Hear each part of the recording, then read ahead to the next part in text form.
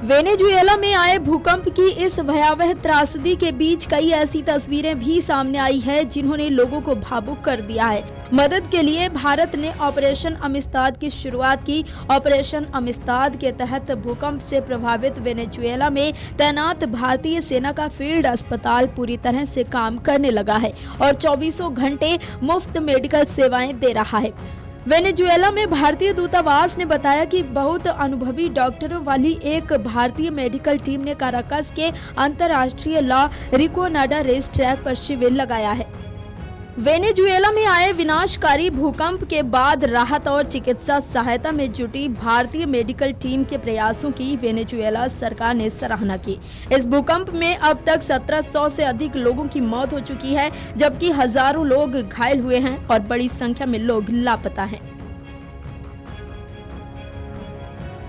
29 जून को मिली जानकारी के मुताबिक बताया गया कि ये शिविर अब पूरी तरह से काम कर रहा है और सभी सेवाएं निःशुल्क दे रहा है। वेनेजुएला में आए 7.2 और 7.5 तीव्रता के भूकंप वेनेजुएला में एक सदी से भी अधिक समय में आए सबसे तेज भूकंपों में से एक है।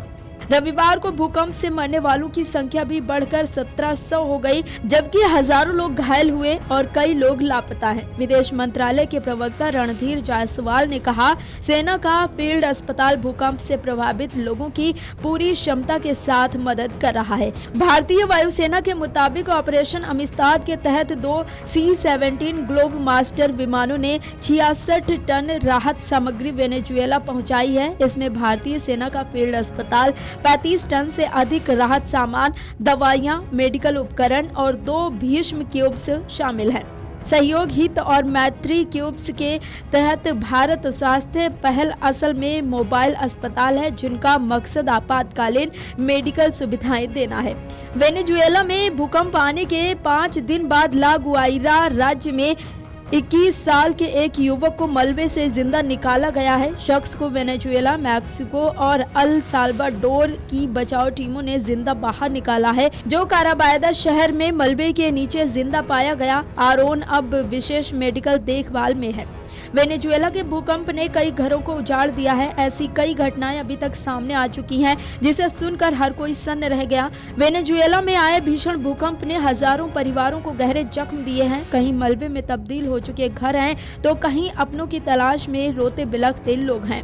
चारों ओर पसरे सन्नाटे और निराशा के बीच एक ऐसी घटना सामने आई जिसने पूरी दुनिया को भावुक कर दिया। जिस इमारत के मलबे के नीचे 4 दिन तक किसी के जिंदा होने की उम्मीद लगभग खत्म हो चुकी थी, वहां से एक पिता और उसके छोटे बेटे को जीवित बाहर निकाला गया। ये पल न केवल राहत कर्मियों के लिए बल्कि अपने प्रियजनों की तलाश कर रहे हजारों लोगों के लिए उम्मीद की नई किरण बन गया।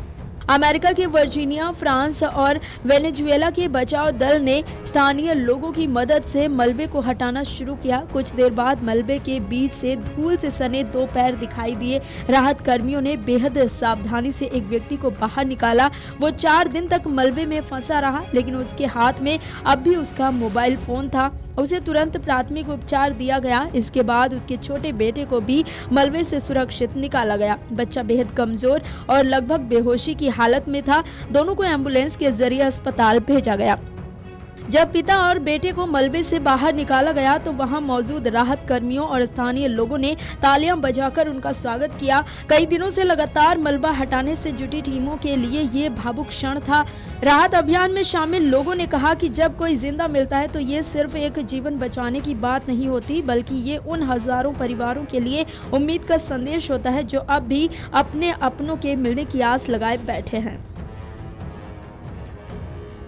अगर आप ये वीडियो YouTube पर देख रहे हैं तो हमारे चैनल को सब्सक्राइब कर बेल आइकन दबाएं और Facebook पर देख रहे हैं तो हमारे पेज को लाइक करें।